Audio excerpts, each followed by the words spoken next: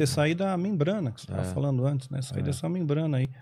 E as entidades diabólicas, eles trabalham unidos. Por isso que eles dividem a igreja. Hoje a igreja está muito dividida. Mas sempre foi assim, né? A igreja dividida. Nunca Pois foi é. uma coisa Não, coesa. não. Na igreja primitiva, se voltar lá no calendário, Sei. a igreja primitiva ela foi forte até o ano 300 depois de Cristo. Foi forte, unida para valer. Aí entrou Constantino. Em 313 ele lança o Edito de Milão. Em 325 ele estabelece o Concílio de Nicéia na Turquia. E ele, então, começa a deformar os valores. Aí nasceram santos, né? Relíquias, mártires, né? Aí contaminou os valores. Mas até o ano 300, né, depois de Cristo, a igreja era muito unida. A igreja primitiva era extremamente unida. Se reuniam nas casas, não tinha templo, eram nas casas, né? Paulo, da prisão, ele dava orientação, dava exortação, dava direção, né? Hoje eu tenho ovelhas também. É tudo virtual.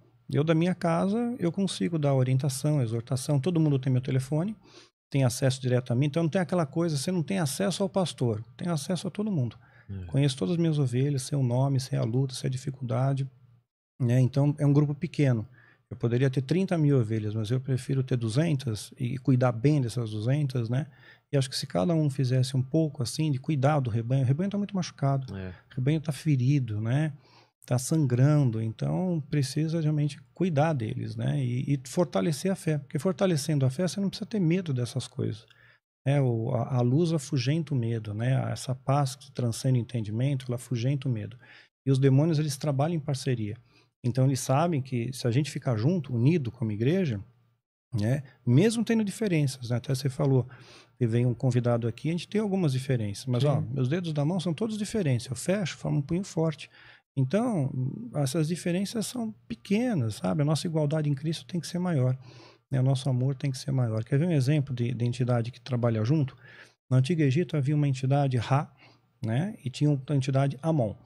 Aí essas entidades se uniram e viraram um tal de Amon-Ra. Ele era o príncipe de Tebas, nasceu na quinta dinastia. Não confundir com Mun-Ra do Thundercats, né? Isso, Mun-Ra. Eu lembro, eu assisti. Espíritos no mundo me transformem nessa forma. Como que é? Decadente de Mun-Ra. Eu lembro do Mun-Ra. Não é da sua época, né? Não, mas eu nunca gostei muito de... Não, eu gostava do Fantomas. Fantomas eu gostava pra caramba também. Muito mais. Mas o Mun-Ra era do Thundercats. Era o Thundercats. Era uma forma que... Sim, formas, sim.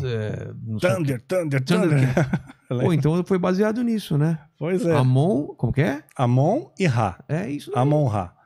Né? E ele foi tão importante que ele surgiu na quinta dinastia, na 18ª, ele tem hieróglifos dele numa tumba de um faraó chamado Tutmés III lá, enchendo a bola do cara. Falou, eu te dou poder, estabilidade, meu nome de Ra e tal. Então eles trabalham unidos. Por isso que eles querem dividir, porque eles sabem que caso dividido não prevalece.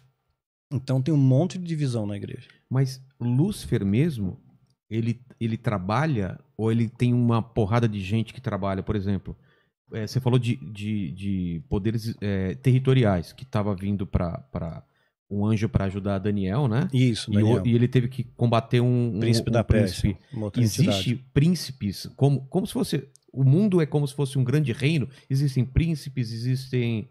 O que falam, né? Que tem principados, potestades. Existe alguém controlando o Brasil, alguém controlando o México, os Estados Unidos, ou é uma coisa mais ampla? Não, tem os espíritos territoriais. Tem espíritos territoriais. Quem que decide isso? Existe um grande general que decide você vai para lá? Isso, uma espécie de um grande general. Ah, é? Exato. É uma hierarquia? É uma hierarquia. Quando você fala principado, potestades, hostes da maldade, qual que é hierarquia, né? Os principados são os mais poderosos, né? Agora, quer ver que anjo também tem hierarquia. Tem anjo, arcanjo, querubim, serafim. Exatamente. Tem hierarquia também. E espelha para os demônios também. Sim, tanto é que quando o arcanjo Miguel ele encontra com Lúcifer e ele está disputando o corpo de Moisés, você se lembra dessa história? Não, né? Como que é a história? Estão disputando o corpo de Moisés. Então, assim, se Moisés ele fosse enterrado, ia virar um local de peregrinação. Sim. Então, o corpo dele foi transladado para o céu.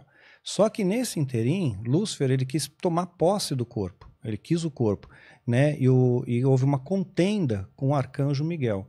E o Miguel não repreende Satanás. Ele fala que o Senhor te repreenda. Por quê? Porque na mesma patente. Lúcifer é um querubim, né? E o outro é um arcanjo. Arcanjo não luta com o querubim? O querubim é mais poderoso. É uma hierarquia.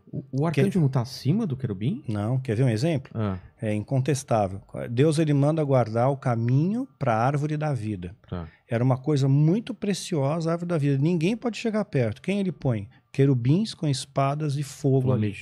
Querubim. Né? Verdade. É a mesma patente de Satanás. Querubim ungido. Né? Então, é o cara mais sim, poderoso. Os querubins são os mais poderosos. Então ele colocou querubins ali, não colocou arcanjo, não colocou serafins. Mas por Serafins que Miguel que vence? E como que Miguel venceu Lúcifer, se ele é uma patente menor? Porque ele capitaneou um exército. Ah, tá. Sim, ele tem um exército a seu favor. Ele sozinho o Senhor te repreenda, mas ele tem um exército a seu favor. E a batalha espiritual, se você gosta do lance, né? Vou te contar um exemplo clássico da Bíblia de batalha espiritual. Né? A geração de Moisés pereceu no deserto porque murmuravam, eram reclamões, né? Nada estava bom. Aí a geração... Verdade. Né? Era o hard, né? Nada estava contente, caramba. Os caras eram escravos lá no Egito. Emburrado, né? Escravos, cara. A gente devia ter ficado lá. Eu falei pra você. Pois é, saudade do melão. Pois é. Aí eles estão dando rolê no deserto, tal, aquela geração morre, vem a geração de Josué. Mas também Moisés estava perdidaço lá também no deserto. Moisés não aguentava mais. Sabe que foi por isso? Sabe, Deus ele deu uma graça para Moisés, eu tenho certeza que foi isso, porque eu me vejo no lugar de Moisés. Moisés estava de saco cheio daquele povo. Os povos reclamando. Então ele viu a terra prometida, ele chegou a ver, mas ele não entrou. Deus então mostrou, olha, essa aqui é a terra. Pode ficar tranquila que Josué vai entrar, tal. Então, ora, fecha teus olhos. Fechou. E quando Moisés abriu, ele está no céu, ele está na Jerusalém Celestial. Pô, é aqui que você vai ficar. Pronto, acabou aquele povo chato, meu. Ficaram lá, né? Então, acho que foi um presente para Moisés, né? Foi um presente. Aí Josué, ele está indo para conquistar Jericó.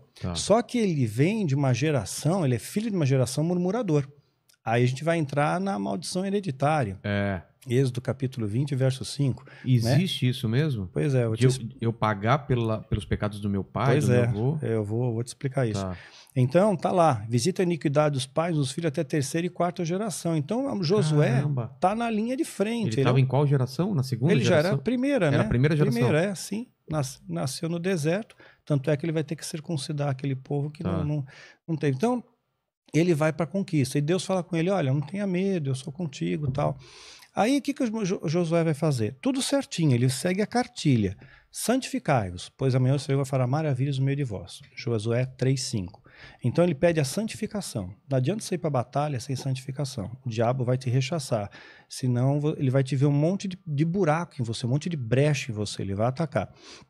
Aí, depois que ele busca a santificação, você inverte o dígito, né? Josué 3:5, Josué 5:3. Aí ele vai circuncidar toda aquela geração que nasceu no deserto. Não nasceram no Egito e saíram circuncidados. Eles nasceram, então não tinham circuncidados. E era importante a circuncisão porque fazia parte da aliança. Então eles se alinharam com os valores de Deus. Depois que ele se alinha, Josué capítulo 5 ainda, aparece um anjo para ele. No momento ele não entende que é um anjo. Ele fala, você é dos nossos ou é dos nossos inimigos, né? Na boa, é uma pergunta idiota, porque se fosse do inimigo, tomava uma espadada já e ficava esperto, né? Mas ele perguntou, é dos nossos ou dos nossos inimigos? Ele fala, não, eu venho como príncipe do exército do Senhor. Ele é um príncipe, né? E ele está com espada desembainhada na mão, ou seja, ele está pronto para a guerra. Se o príncipe do exército está lá, o exército está junto dele. Ele não está sozinho. Josué, nesse momento, conquistou algo que a gente chama de autoridade espiritual. O mundo espiritual se mobiliza a favor de Josué. Só que tem a legalidade. Esses daqui, essa geração, é filho de uma geração murmurador. Eles vão murmurar. Então, o que Josué faz? Josué 6:10. Vocês não vão falar nada. Não sai a palavra alguma de sua boca até o dia que vos diga gritai. Aí você grita. Ou seja, se ele não falasse isso, para todo mundo ficar mudo, ia começar a reclamar, porque são filhos de murmuradores. É o pecado hereditário. Você imita o pai, o filho imita o pai. O pai é alcoólatra, o filho é alcoólatra, sim. O filho do filho. O pai é mentiroso, o filho é mentiroso, né? E acontece isso muito, né? Acontece, é o pecado hereditário.